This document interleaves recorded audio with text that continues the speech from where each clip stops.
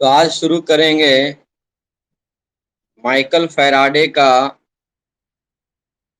वैद्युत अपघटन का दूसरा नियम।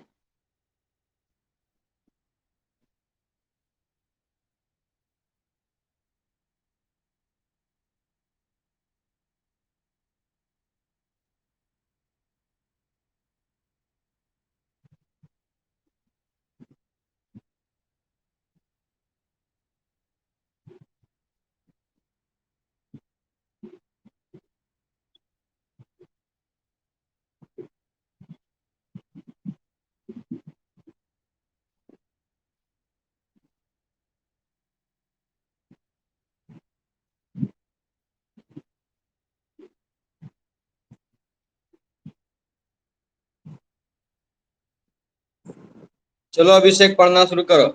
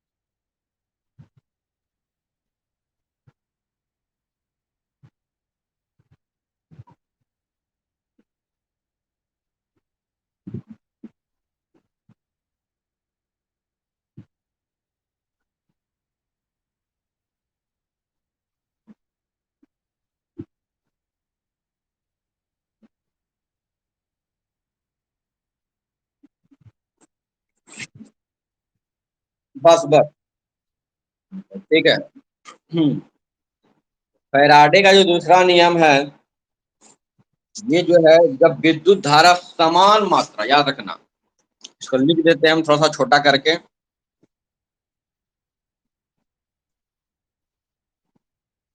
जब विद्युत की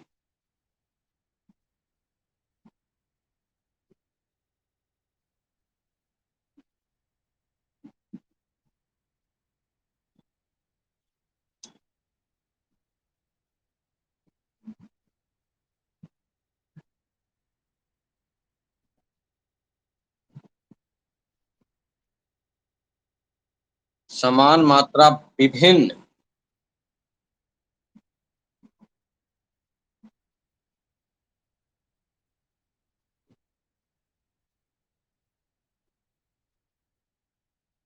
वैद्युत अपघट्यों में से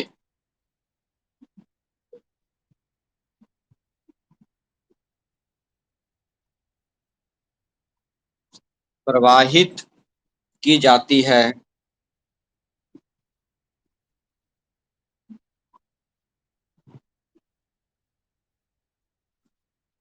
तो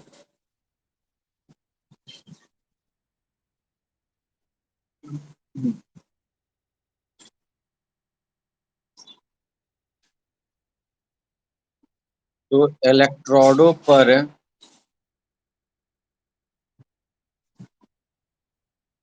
मुक्त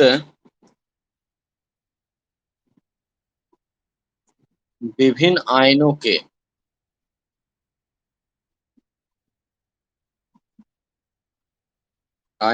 द्रव्यमान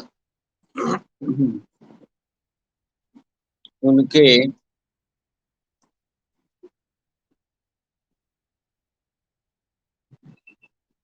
तुल्यांकी भारों के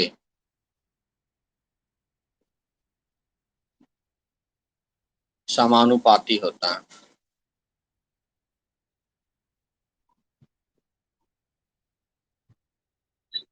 रिकॉर्ड में भी लगा दिए हैं।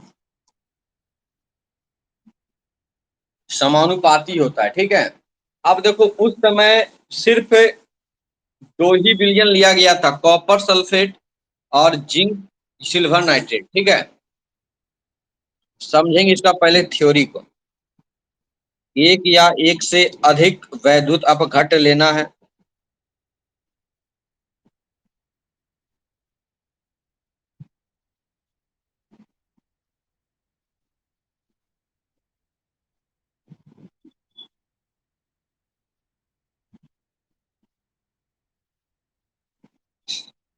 एक वैद्युत अपघट्ट में कॉपर सल्फेट का विलयन लेना है, एक में लेना है क्या दिया है, सिल्वर। यही दोनों उस समय लिया गया, तो इसका क्वेश्चन में कुछ भी आ सकता है, जरूरी नहीं कि कॉपर ही सिल्वर ही आए, कुछ भी आ सकता है। तो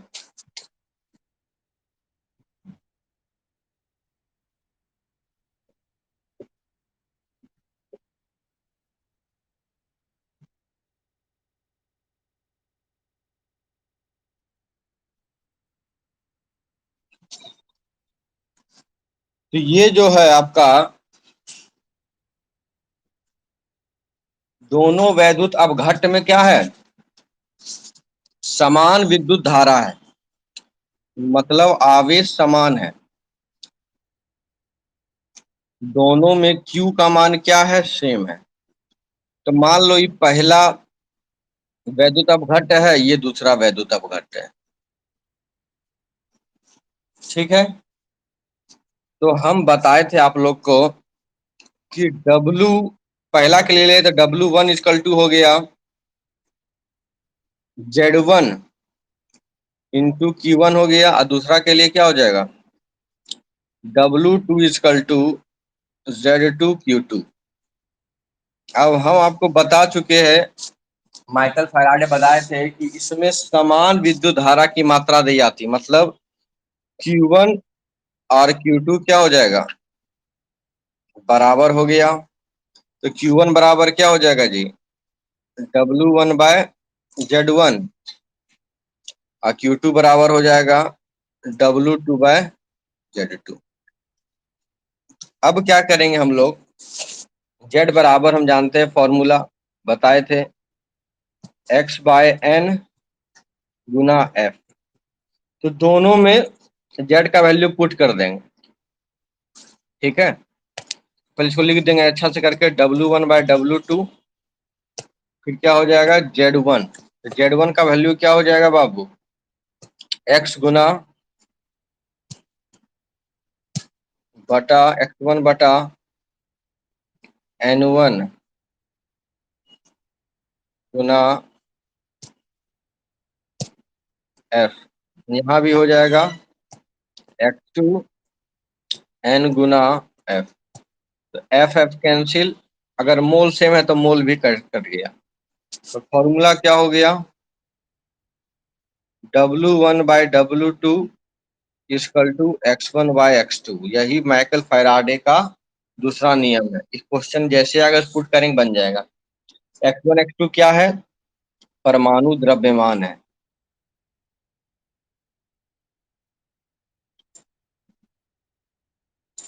और W1 W2 क्या है, डिपोजिटेड मास, मतलब एकत्रित द्रव्यमान।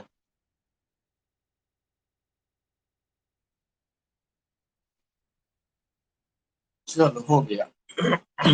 अब देखो इस पे एक क्वेश्चन बनाते हैं हम लोग।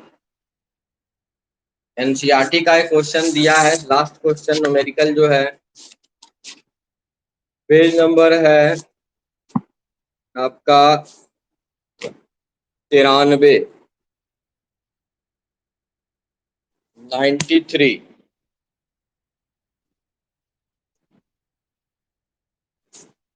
का 9.16। क्या ये क्वेश्चन बताए थे हम, अभिषेक? चलो क्वेश्चन पढ़ो जल्दी से।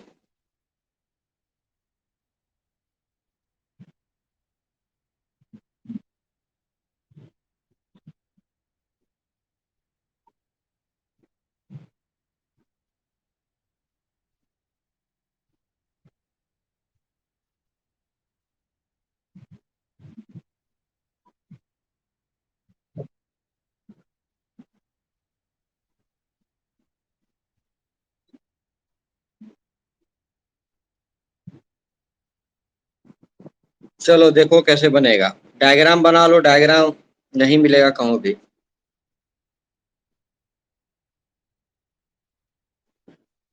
3 गो तुम्हारा वैद्युत अपघट्ट दिया है, पहला दिया है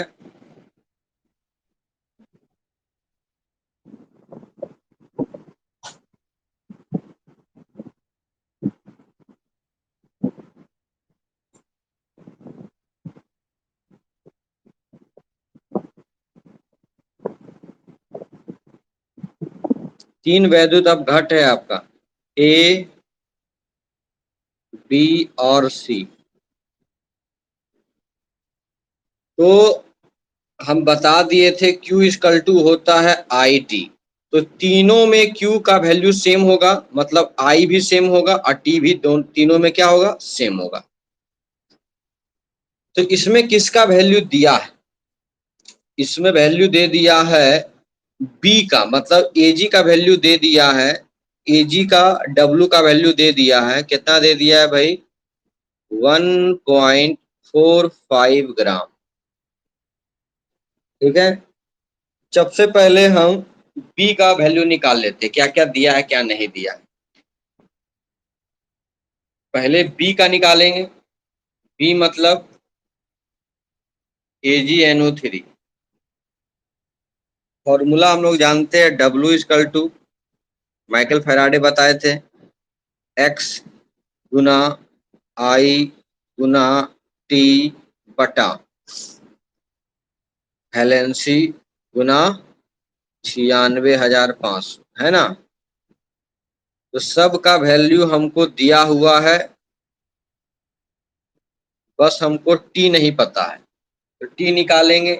तो T बराबर क्या हो जाएगा,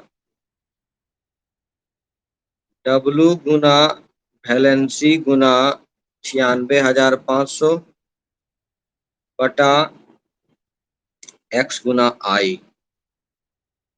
ठीक है, सबका वैल्यू पुट कर देते हैं। तो W का वैल्यू हो गया, कितना दिया है, 1.45 गुना वैलेंसी कितना होता है Ag का, एक गुना 96,500 बटा X और I। जब भी Ag का चर्चा होगा, हम बता चुके थे 108 लेना है, और I का वैल्यू दे दिया 1.5। इसका डेसिमल उड़ा, 2 जीरो आ गया, इसका उड़ा 1 जीरो आ गया। इसको जल्दी सॉल्व करते हैं, जीरो जीरो कटा, इसका भी जीरो जीरो कट गया, तो क्या हो गया बाबू, T बराबर 145 गुना 900, 9650 बटा 108 गुना 15। इसको हम सॉल्व करते हैं। सबसे पहले क्या करेंगे, गुना कर देंगे, 145 गुना 9650, तो आ गया 13,99,250 बाय 108 गुना 15 कर देंगे, 108 गुना 15, तो आ गया 1620। भागा दे देंगे, 13,99,250 डिवाइडेड 1620, तो आ गया 863। तो 863 सेकेंड आ गया आपका। देखो आंसर है अभिषेक पहला।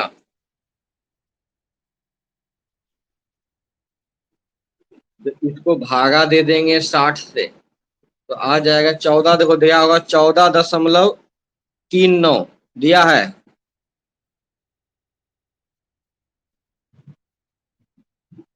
तो बन गया पहला।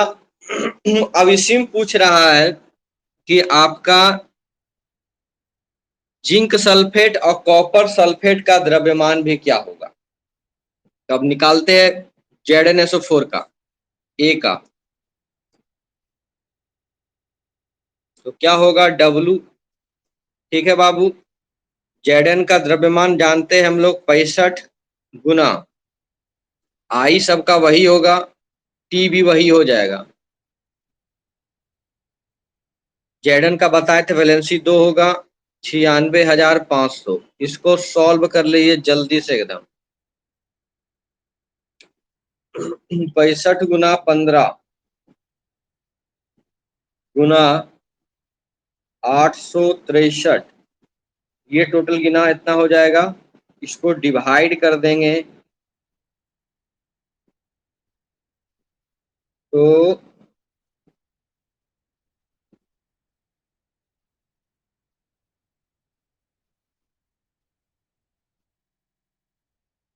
देखो कितना आंसर है,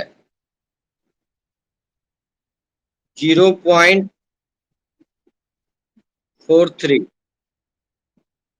निकल गया। ZnSO4 का भी। अब पूछ रहा है कॉपर सल्फेट भी, सी नंबर। लगभग दोनों का आंसर बराबर है, क्योंकि कॉपर और Zn का द्रव्यमान लगभग बराबर है।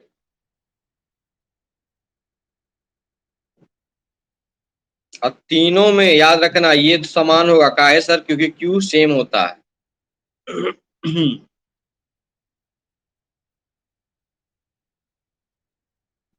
इसको भी सॉल्व करेंगे हम। 63.5 गुना 1.5 गुना 863 भागा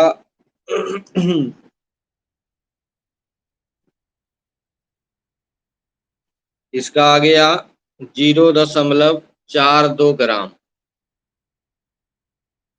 एक का 4 3, एक का 4 2। बन गया ये क्वेश्चन, आंसर मिला लीजिए।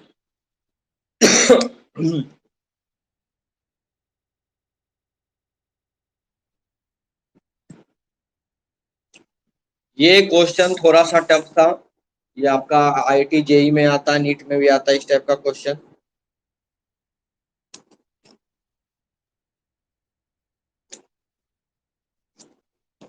अब आप लोग थोड़ा सा पाठ निहित पाठ निहित प्रश्न बनाएंगे। Page number 87, 3.10। चलिए अभी से क्वेश्चन पढ़िए तो।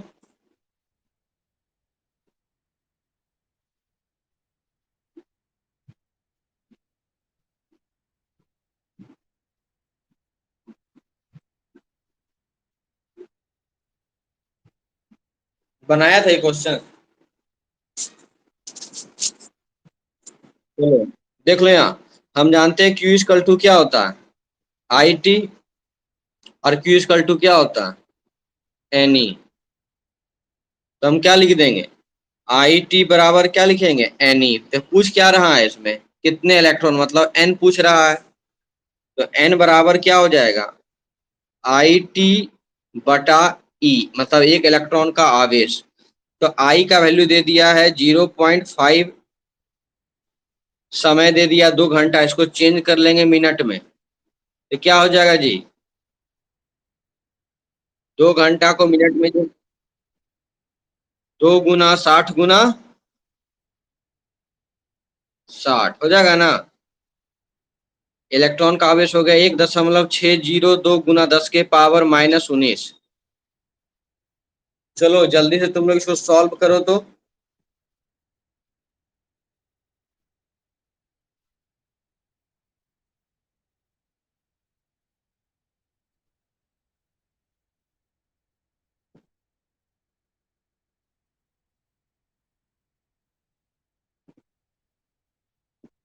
इसको सॉल्व किया, इसको सॉल्व करेंगे तो आएगा 2247.19 गुना 10 के पावर, ये 19 ऊपर चल जाएगा तो क्या हो जाएगा, प्लस में। अब ये दशमलव यहाँ जाएगा तो एक कितना अंक बढ़ रहा है, 3 अंक बढ़ रहा है। तो 19 और 3 कितना हो गया जी, बोलिए। बन गया।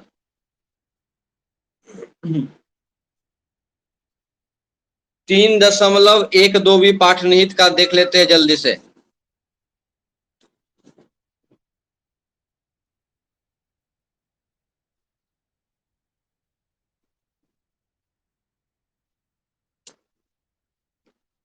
चलो अभिषेक पढ़ो जल्दी से क्वेश्चन 3.12 का पाठ निहित।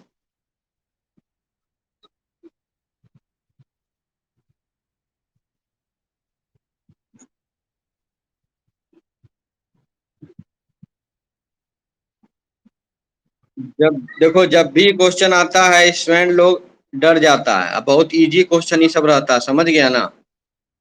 हमको इसमें सबसे मेन चीज क्या है, कि हमको इस क्वेश्चन का इक्वेशन देखना है और साथ में हमको देखना है कि इस इक्वेशन में कितना इलेक्ट्रॉन का चर्चा है।